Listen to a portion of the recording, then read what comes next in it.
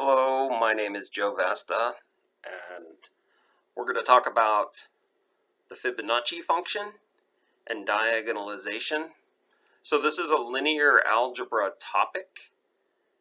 You should be familiar with eigenvalues, eigenvectors, and diagonalization. Otherwise, this video is going to be very boring.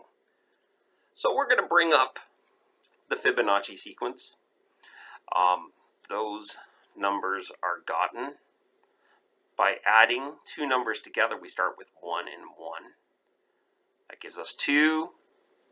1 plus 2 gives us 3. 2 plus 3 gives us 5. 3 plus 5 is 8, etc. So that's the Fibonacci sequence, and what we like to do is we like to label them. So F1 is 1, F2 is 1, F3 is 2, etc. And the Fibonacci sequence has a recursive formula, and it looks like this: Fn equals Fn minus 1 plus Fn minus 2. And you have to have your starting points, your seeds. F1 equals 1 and F2 equals 1, and this generates the Fibonacci sequence. So the deal is, we're going to find an explicit formula. That's our goal, to find the explicit formula for the Fibonacci numbers. And what do we mean by that? Like, if I wanted to get F6 with the recursive formula, I would have to know what F5 was and what F4 was. An explicit formula, I could just plug 6 in, and it gives me the number 8. So we're going to use linear algebra to achieve that goal. So we have the Fibonacci numbers there on the right-hand side, and we have this thing called a generating matrix. It's a 2x2 matrix that will generate these Fibonacci numbers. So the way we do this is through matrix multiplication. I take the generating matrix and I multiply it by the vector 1, 1, where this first one is F1, and then the one on top is F2. So when you do matrix multiplication, you get 1 plus 1 is 2 is going to be the first component, and then 1 plus 0 is 1. Well, those just happen to be Fibonacci numbers, where 2 is F3 and 1 is F2. And that's what we have. And we got that by going generating matrix, which is A times 1, 1. Now what we're going to do is we're going to take this vector 2, 1, and we're going to do matrix multiplication with the generating matrix. So we have that, and when you multiply together, you're going to get 2 plus 1, 3 for the top number, and 2 plus 0, 2 for the bottom number. And so what you see here is F4 and F3. Now that, if you think about what we just did, that was gotten by going A times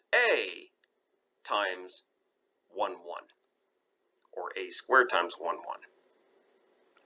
So we're going to go do this again. We're going to take vector 3, 2, and we're going to do matrix multiplication with our generating matrix. And we end up getting 3 plus 2, which is 5 for the top component, and 3 plus 0, 3 for the bottom component. So you have F5 here and F4 there. And so that's gotten by going A cubed times 1, 1. So what we want to do is we want to find a pattern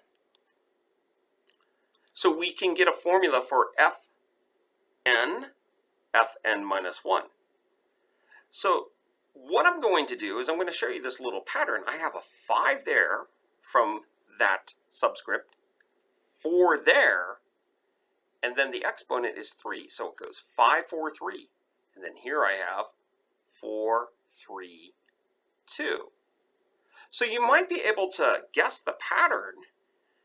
You have n minus 1, so we are going to have a to the n minus 2.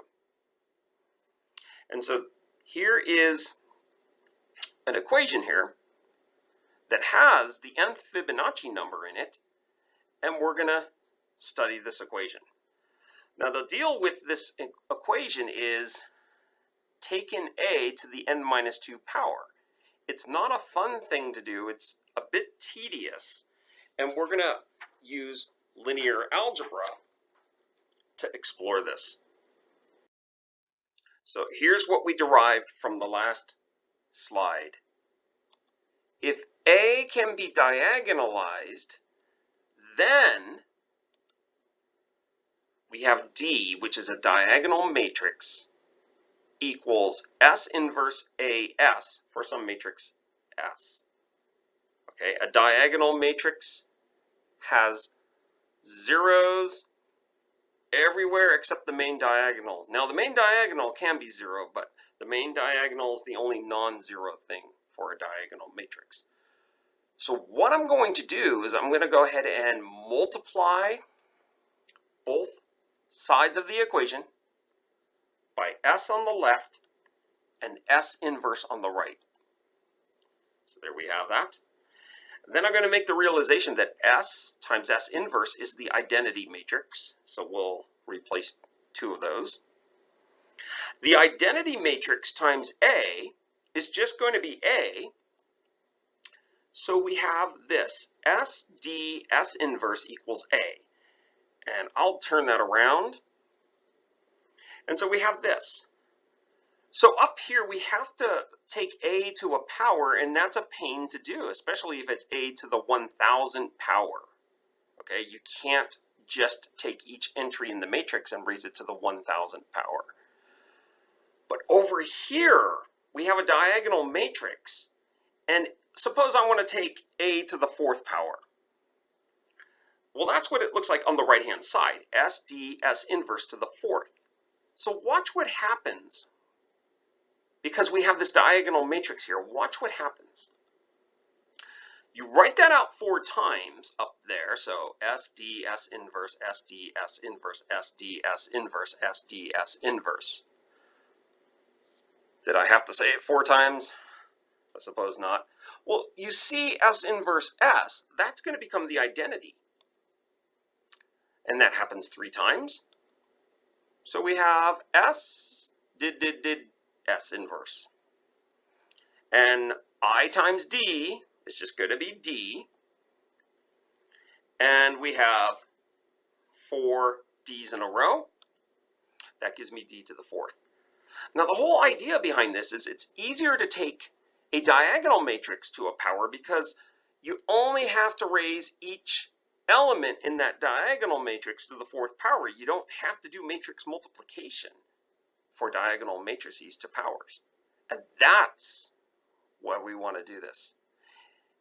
So let's keep going. I'm going to go ahead and write up a to the n minus 2, and that gives me s d to the n minus 2 s inverse. And what I'm after is this formula here. Okay, so I'm after a raised to the n minus 2 times 1, 1. So I will multiply both sides of this equation by 1, 1 on the right-hand side.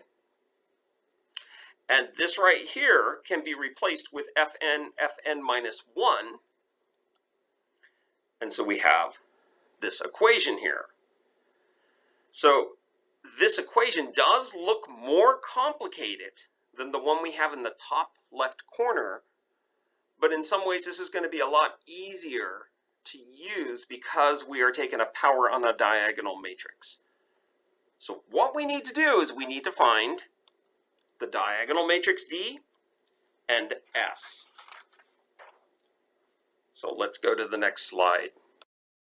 So to find matrix D and matrix S, we need to find all eigenvalue eigenvector pairs of A, our generating matrix. And in order to do that, we must consider A minus lambda I. So there it is. What am I going to do with A minus lambda I? I'm going to take its determinant. I'm doing the old formula AD minus BC to get the determinant. I'm going to distribute the negative lambda, and I get this polynomial in which I'm going to set equal to 0, and that will give me the eigenvalues. That polynomial does not factor, so it looks like we're going to have to do the quadratic formula. Who would have thought this video would get this exciting? A is 1, B is -1, C is -1, and we plug that into the quadratic formula. So we have that up there. Looks like we have 1 plus or minus. Under the square root, it's going to be 1 plus 4. So it simplifies to 1 plus or minus root 5 over 2. There's your two eigenvalues. With the first one, 1 plus root 5 over 2, that's kind of famous in math. That's called the golden ratio, sometimes denoted by phi. Other times you'll see people use tau for that. These are Greek letters, so we'll use phi. Lambda 1 is phi, and lambda 2, if you actually went 1 minus this golden ratio, or 2 over 2 minus this golden ratio, you would end up getting lambda 2. So you can verify that on your own if you don't believe me. Let's move on. We have our eigenvalues. There they are up there, phi and 1 minus phi, phi being 1 plus root 5 over 2, the golden ratio. And so what we want to do is we'll start off with lambda 1 equals phi and try to find all the eigenvectors associated with that. In order to do that, we consider A minus lambda 1I, and we plug that into the matrix. So what we want to do is find the null space of that matrix.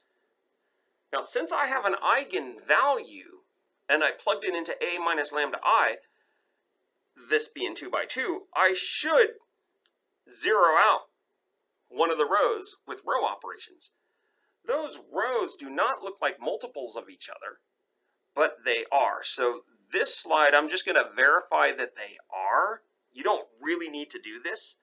I'll multiply row 1 by a negative phi, and these are just row operations. This is going to give me negative phi plus phi squared, and then I have a negative phi there. Okay, so I'm going to go to a cloud now, the cloud being below, and figure out what negative phi plus phi squared happens to be. I'm going to plug in the 1 plus root 5 over 2 for both of them. So I end up getting that. I think I'll get a common denominator of 4. And then we'll distribute the negative 2 and FOIL out the 1 plus root 5 squared. So we have that on the top. 2 root 5 and minus 2 root 5. They're out of there. You end up adding the other numbers in the numerator. You get 4. So 4 over 4 equals 1. So we can come back over here and say, look at this. When I multiplied row 1 by negative phi, I ended up getting row 2. So these two rows here, they are scalar multiples. Find all eigenvectors of A. Well, we're looking at the eigenvalue lambda 1 equals phi, and this A minus lambda 1I is row equivalent to this matrix here. I'm going to zero out the bottom row, and what I have to do to find the eigenvectors of phi is consider the null space of A minus lambda 1I. The null space of that, I end up getting this right here, this augmented matrix. I'll label the columns X and Y. X is bound, Y is free, so we'll let Y equal T. Now this first row gives us the equation X minus phi Y equals 0. I'll replace the Y with the T and solve for X. So when I write this as an ordered pair, I'll factor the T out. I have T times phi comma 1. So with the eigenvalue of phi, here are all the eigenvectors that are connected. with that eigenvalue. Okay. So you can do the same thing with lambda 2, 1 minus phi. I'm not going to go through the work on that. It's very similar. We end up getting t times 1 minus phi, comma 1. So that's kind of funny that it sort of matches up with the eigenvalue. That's kind of cool. So we're going to move on and try to find our matrix D and matrix S. So there it is. The information we just worked on is right there. We're finding D and S such that D equals S inverse AS. So if you've had linear algebra, you probably did a problem like this. The diagonal matrix is going to be made up of the eigenvalues. And so let's just put it down there. There's the first eigenvalue of phi and the second one of 1 minus phi. And then you have zeros everywhere else. Matrix S, let's put it down. What it happens to be is you pick an eigenvector for this eigenvalue of phi and you put it right under here in the column. And so we have phi 1, we put it down there. We could have picked 2 phi 2, but let's pick the easiest one. And then I go ahead and put the other eigenvector, an eigenvector that's associated with 1 minus phi, which is this guy right here, and I put it along that column. That is how I get matrix S. What I also need in this formula is S inverse. So I have to figure out the inverse of this 2 by 2 matrix right here, matrix S. And there is a formula. If you have a 2 by 2 matrix, the shortcut for finding the inverse of matrix A, B, C, D is 1 over the determinant. And then on the inside, you switch your DNA, which sounds kind of weird, and you negate your B and C. So I'm going to do that. The determinant is phi minus, and then the product of those. So that's how I'm getting the 2 phi minus 1.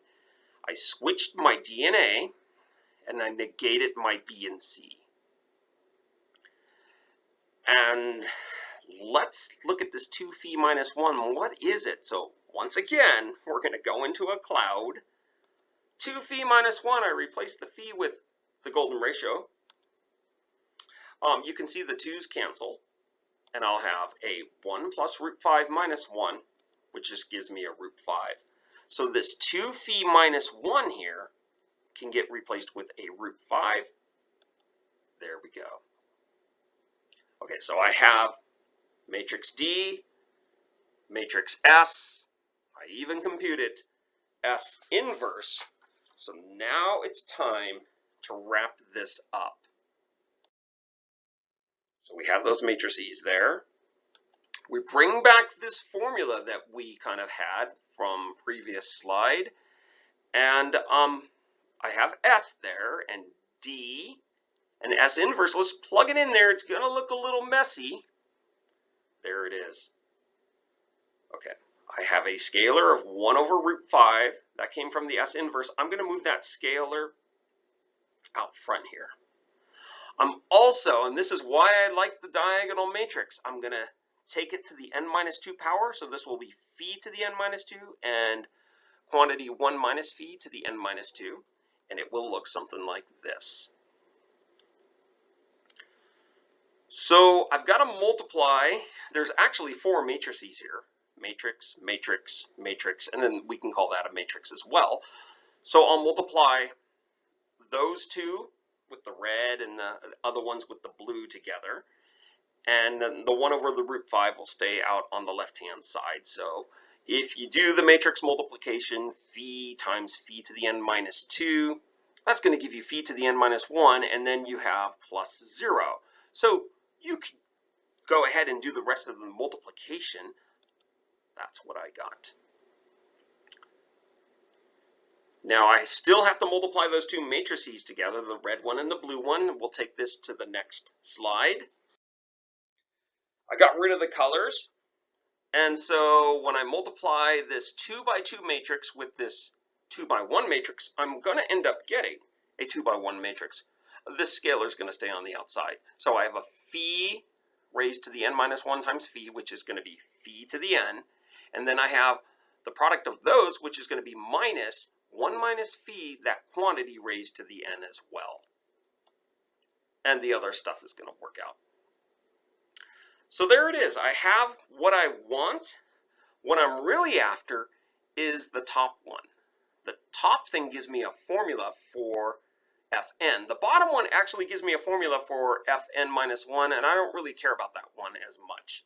So let's highlight the top one. And this is going to be our explicit formula for the Fibonacci numbers. So we'll just write it on its own. That's what the top road points to. And I think we're finished. We'll take it out of the blue and we'll write it like this. Now, we've finished the formula. We finished the derivation. I'll write out the formula with the golden ratio in it because it looks a lot neater or nicer or more compelling. I don't know. It just looks neat. And that is the explicit formula for the Fibonacci numbers. So we have that formula that we just derived, and it just seems like, how could it be when you plug 1 in there, this all gives you 1?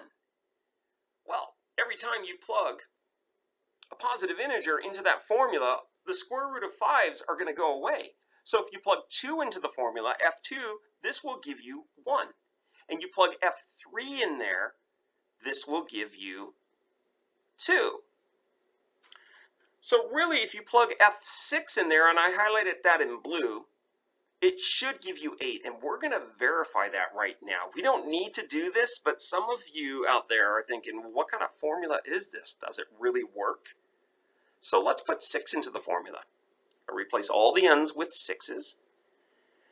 And what we'll do is you really see a 2 to the 6th on the bottom there and a 2 to the 6th on the bottom there. We'll rewrite it like that. They have a common denominator. That 2 to the 6th is 64. So in the denominator, it will be 64 root 5, and on the top, we keep it like that. Okay, so here's the ugly part. I'm going to have to multiply 1 plus root 5, 1 plus root 5, and I have to do that 6 times. There's something called the binomial theorem. I'm not going to put the binomial theorem in here because this video is probably long enough. But I went ahead and multiplied out those binomials, took them to the 6th power, and I got all those terms. What I'm going to do next is distribute this negative right here to all those terms, and we have this big mess. But you'll be happy to see that the 1 and the negative 1 will cancel. The 75 and the negative 75 will cancel. The 375, the negative 375, they're out of there. The 125 and negative 125, they're gone as well. So now you just have to add up everything else, which has a square root of 5. That's going to add up to 512 root 5. And of course, it's over 64. Root 5, the root 5s are going to cancel. 512 over 64 is 8. So this verifies the formula for F6. There it is. It's like one of the more beautiful formulas in math. Hope you enjoyed this video. Have a good day.